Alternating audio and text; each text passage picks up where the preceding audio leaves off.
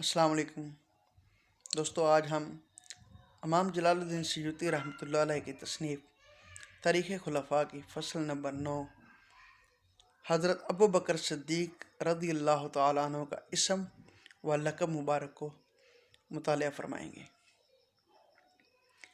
علامہ ابن کثیر رحمۃ اللہ تعالیٰ علیہ کا کہنا ہے کہ اس پر تمام علماء کرام متفق ہیں کہ آپ کا اسم پاک عبداللہ بن عثمان ہے، لیکن ابن سعد ابن سیرین سے روایت ہے کہ آپ کا اسم مبارک عتیق تھا۔ صحیح یہ ہے کہ عتیق آپ کا لقب تھا۔ اس میں اختلاف ہے کہ آپ کا یہ لقب کب اور کس وجہ سے ہوا۔ بعض کہتے ہیں کہ آپ کے حسن و جمال کی وجہ سے یہ لقب مشہور ہوا، جن میں لیث بن سعد اور امام احمد بن حنبل وغیرہ کی روایات بھی موجود ہیں۔ ابو نعیم لکھتے ہیں کہ یہ لقب اس وجہ سے مشہور ہوا کہ نیک کام میں آپ سب کے پیش رہتے۔ بعض نے بیان کیا کہ یہ لقب اس وجہ سے پڑ گیا کہ آپ کے نسب میں ایسا کوئی شخص نہیں گزرا جس پر کوئی عیب لگایا گیا ہو۔ بعض کا کہنا ہے کہ پہلے آپ کا نام عتیق رکھا گیا، پھر آپ کا نام عبداللہ ہو گیا۔ امام طبرانی قاسم بن محمد سے روایت کرتے ہیں کہ انہوں نے حضرت ابو بکر صدیق رضی اللہ تعالیٰ عنہ کا اسم مبارک حضرت عائشہ صدیقہ رضی اللہ تعالیٰ عنہ سے دریافت کیا۔ حضرت عائشہ رضی اللہ تعالیٰ عنہ نے فرمایا کہ عبداللہ عرض کیا کہ لوگ تو عتیق کہتے ہیں۔ فرمایا کہ ابو قحافہ کی 3 اولادیں تھیں، عتیق، متق، متیق۔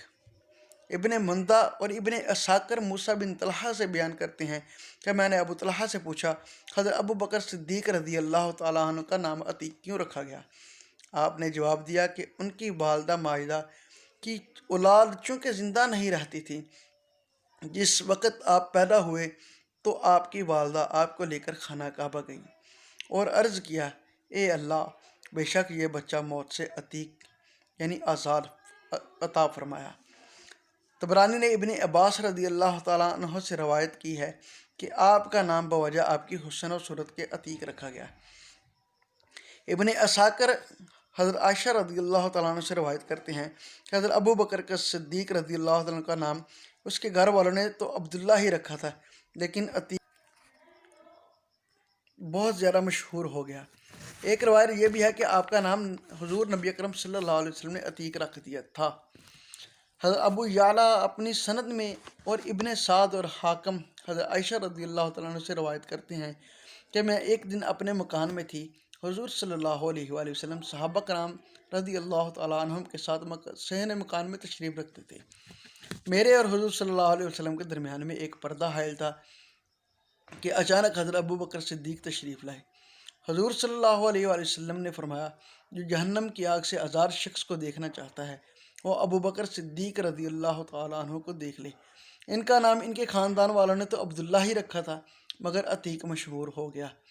ترمذی اور حاکم نے حضرت عائشہ رضی اللہ تعالیٰ عنہ کی روایت کی ہے۔ ایک مرتبہ حضرت ابو بکر صدیق رضی اللہ تعالیٰ عنہ حضور صلی اللہ علیہ وسلم کی خدمت میں آئے تو حضور صلی اللہ علیہ وسلم نے فرمایا، اے ابو بکر، تم نارے جہنم سے اللہ کے فضل سے آزاد کیے ہوئے ہو۔ اسی روز آپ کا نام عتیق ہو گیا۔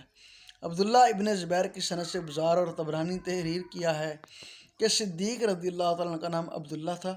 نبی کریم صلی اللہ علیہ وآلہ وسلم نے ایک مرتبہ فرمایا کہ تم آتش جہنم سے آزاد کیے ہوئے ہو۔ اسی روز سے ان کا نام عتیق پڑ گیا۔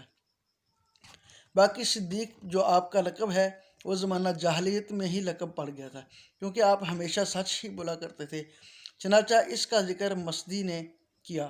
جبکہ بعض کا یہ بھی کہنا ہے کہ آپ کا یہ لقب اس لیے ہوا کہ آپ حضور سرکار مدینہ صلی اللہ علیہ وآلہ وسلم کی ہر بات کی تصدیق میں سبقت لے جاتے۔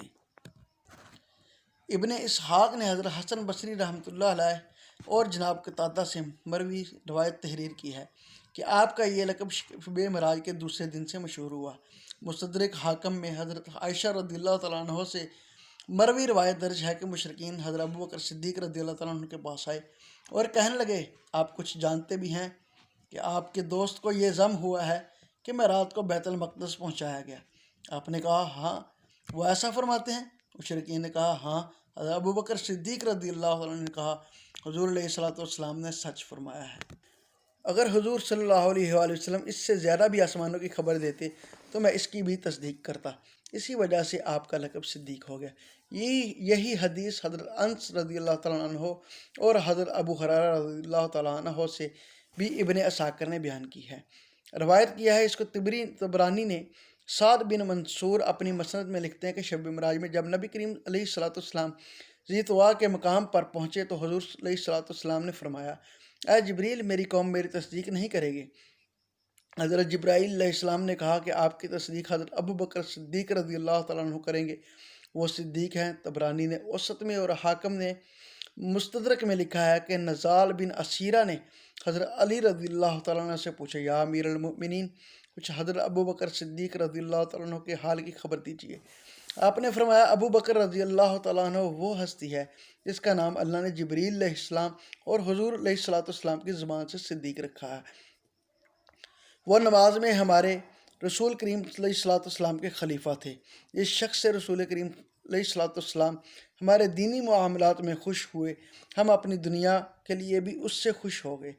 دار قطنی اور حاکم نے ابو یحییٰ سے روایت کی ہے کہ میں نے کافی مرتبہ حضرت علی رضی اللہ تعالیٰ عنہ کو برسر ممبر کہتے ہوئے سنا، اللہ تعالیٰ نے اپنے رسول کریم علیہ السلام کی زبان اطہر سے حضرت ابو بکر صدیق رضی اللہ تعالیٰ عنہ کا نام صدیق رکھا۔ طبرانی نے حکیم بن اسد سے روایت کی ہے کہ حضرت علی رضی اللہ تعالیٰ عنہ نے ایک مرتبہ قسم کھا کر کہا کہ حضرت ابو بکر صدیق کا نام صدیق اللہ تعالیٰ نے آسمان سے نازل فرمایا۔ اسی طرح حدیث احد میں ہے کہ تم سکون رکھو، تم پر اس وقت نبی، صدیق اور شہید ہیں۔ حضرت ابو بکر صدیق رضی اللہ تعالیٰ عنہ کی والد ماجدہ آپ کے والد ماجد کے چچا کی صاحبزادی تھی۔ ان کا اسم مبارک سلمہ بنت صخر بنت عامر بن کعب تھا، جبکہ کنیت ام الخیر تھی۔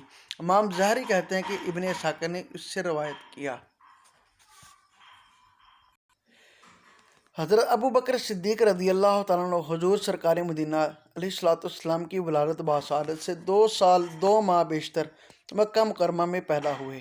نبی کریم کیونکہ آپ کا وصال 63 برس کی عمر میں ہوا، خلیفہ بن خیاط یزید بن عاصم سے روایت کرتے ہیں کہ نبی کریم علیہ السلام نے حضرت ابو بکر صدیق رضی اللہ تعالیٰ عنہ سے فرمایا کہ تم بڑے ہو یا میں؟ حضرت ابو بکر صدیق نے کہا، بڑے تو آپ ہی ہیں مگر عمر میری زیادہ ہے۔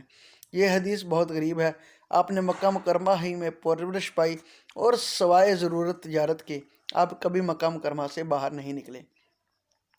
اپنی قوم میں آپ مالدار تھے، آپ میں مروت اور احسان کا مادہ بہت زیادہ تھا، قوم میں معزز سمجھے جاتے تھے۔ چنانچہ ابن دغنہ کہتے ہیں کہ آپ صلہ رحمی کرتے اور احادیث کی تصدیق، گمشدہ کی تلاشی، سختی کا مقابلہ، مہمانوں کی ضیافت کرتے ہیں۔ امام نووی لکھتے ہیں کہ آپ ایام جاہلیت میں قریش کے رؤساء میں شمار ہوتے تھے۔ قریش آپ سے مشورہ لیا کرتے تھے، آپ سے وہ لوگ بے حد محبت رکھتے تھے اور آپ بھی ان کے معاملات کی خوب خبر رکھتے تھے۔ جب اسلام میں داخل ہوئے تو گویا بالکل اسلام ہی کے ہو کے رہ گئے۔ ابن زبیر نے معروف بن خربوز کے حوالے سے تحریر کیا کہ آپ قریش کے ان 11 افراد میں سے ہیں جن کو زمانہ جاہلیت اور اسلام دونوں میں شرف حاصل رہا۔ آپ زمانہ جاہلیت میں خون بہا اور جرمانہ کے مقدمات فیصل فرمایا کرتے تھے، کیونکہ قریش میں کوئی بادشاہ نہیں تھا جو سب کاموں کی باغ دوڑ اور اس کے ہاتھ میں ہو، بلکہ ہر قبیلے کے رئیس کی ذمہ ایک کام مقرر ہوا کرتا تھا۔ چنانچہ ہاشم کے متعلق حاجیوں کو پانی پلانا اور خورد و نوش میں امداد کرنا تھا، یعنی کوئی شخص ان کے سوا حاجیوں کو کھانا نہیں دے سکتا تھا، اگر کوئی دے تو ان کے خورد و نوش میں سے دے سکتا تھا۔ عبد الدار کے ذمے بیت اللہ کی دربانی، علم برداری اور مجلس شورا کا انتظام تھا، یعنی کہ ان کی اجازت کے بغیر کوئی شخص مجلس شورا میں داخل نہیں ہو سکتا تھا۔ جب تک یہ جنگ کا پرچم بلند نہ کرتے کوئی خاندان جنگ کے لیے تیار نہ ہوتا۔ مجلس شورا کا انتظام بھی ان کے ذمے تھا۔ دار الندوہ میں اجتماع انہی کے حکم سے ہوتا تھا۔